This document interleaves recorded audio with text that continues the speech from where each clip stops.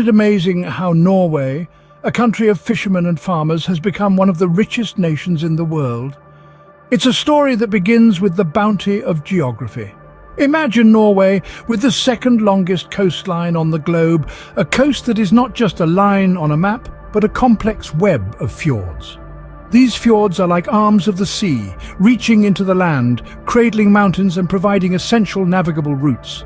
This unique geography has been a boon, fostering a thriving maritime sector and positioning Norway as a vital link in European maritime trade. But it doesn't stop at the coast. The land itself is generous, teeming with rivers and waterfalls that ripple and tumble across the country. These waterways are not just scenic wonders, they've played a crucial role in Norway's journey to prosperity. You see, these rivers and waterfalls set the stage for Norway to become a hydropower superpower. As the world turned towards industrialization, Norway had a natural advantage. The nation harnessed the power of its waterways, turning torrents into electricity.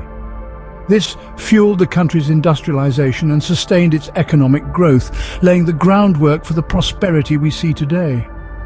But let's not forget the role of human ingenuity in this story.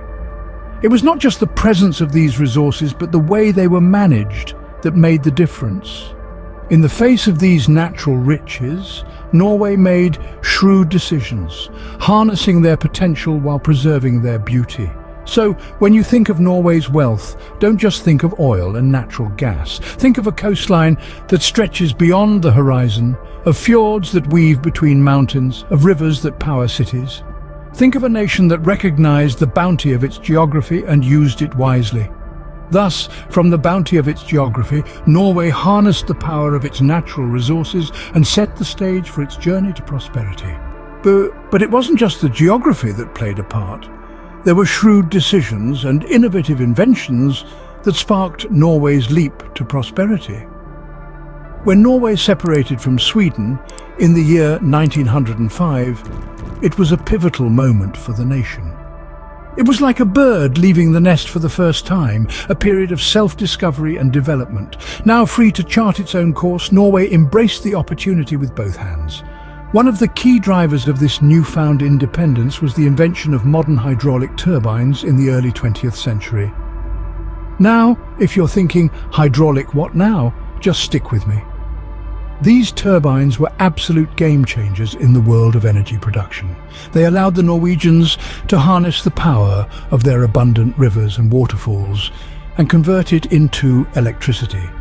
But as we all know, it takes money to make money. And that's where foreign capital came into play. Investors from across the globe saw the potential in Norway's hydroelectric ambitions and were willing to put their money where their mouth was. The influx of foreign capital was like a shot of adrenaline, supercharging Norway's journey towards becoming a hydroelectric power giant. This transformation didn't happen overnight, of course. It took years of hard work, investment and innovation. But eventually, Norway's vision became a reality. The country was no longer just a land of fishermen and farmers. It was now a powerhouse of hydroelectric energy. With the power of water under its control, the nation was ready to take the next big step.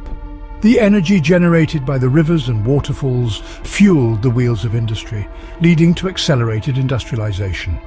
And with this industrialization came a significant improvement in the quality of life for the Norwegian people.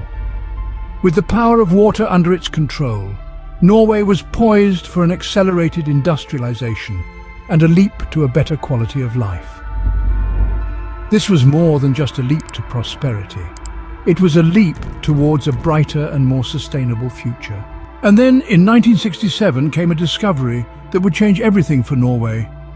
Beneath the icy waves of the North Sea, in the depths of Norway's exclusive economic zone, a treasure trove of black gold, oil and natural gas was uncovered.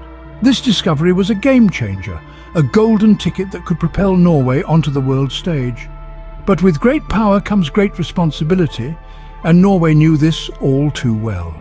You see, many a nation had fallen prey to the resource curse, a paradox where countries with an abundance of natural resources, particularly non-renewable resources like minerals and fuels, tend to have less economic growth and worse development outcomes than countries with fewer natural resources. Norway, however, was determined not to follow this well-trodden path of boom and bust. So instead of simply selling off their newfound wealth to the highest bidder, Norway made a shrewd move. They adopted a management model that allowed foreign exploitation of their oil and gas reserves, but crucially, they maintained significant state participation. This wasn't about hoarding wealth or exerting control, it was about ensuring that the benefits of these resources were shared by all Norwegians, not just a select few. The state-owned company, Statoil, was established to oversee the nation's petroleum resources. In this way, Norway ensured that a significant portion of the profits from the oil and gas sector flowed back into the country, contributing to public services, infrastructure, and the general well-being of the Norwegian people. The discovery of oil and natural gas was indeed a turning point for Norway, but it was the nation's wise management of these resources that truly set it apart. They had struck black gold, but instead of succumbing to the glitter and allure of immediate riches, they had the foresight to think long-term, to consider the well-being of future generations. This golden opportunity, wisely managed, ensured that the riches benefited not just a few, but the entire nation. And so, from the depths of the North Sea, Norway was propelled to new heights. But as we'll see, the story doesn't end there. But the Norwegians did not stop at just exploiting their natural resources. They had a vision of the future. The foresight of this nation is best embodied in the creation of the Norwegian Sovereign Wealth Fund, a beacon of fiscal prudence and long-term vision.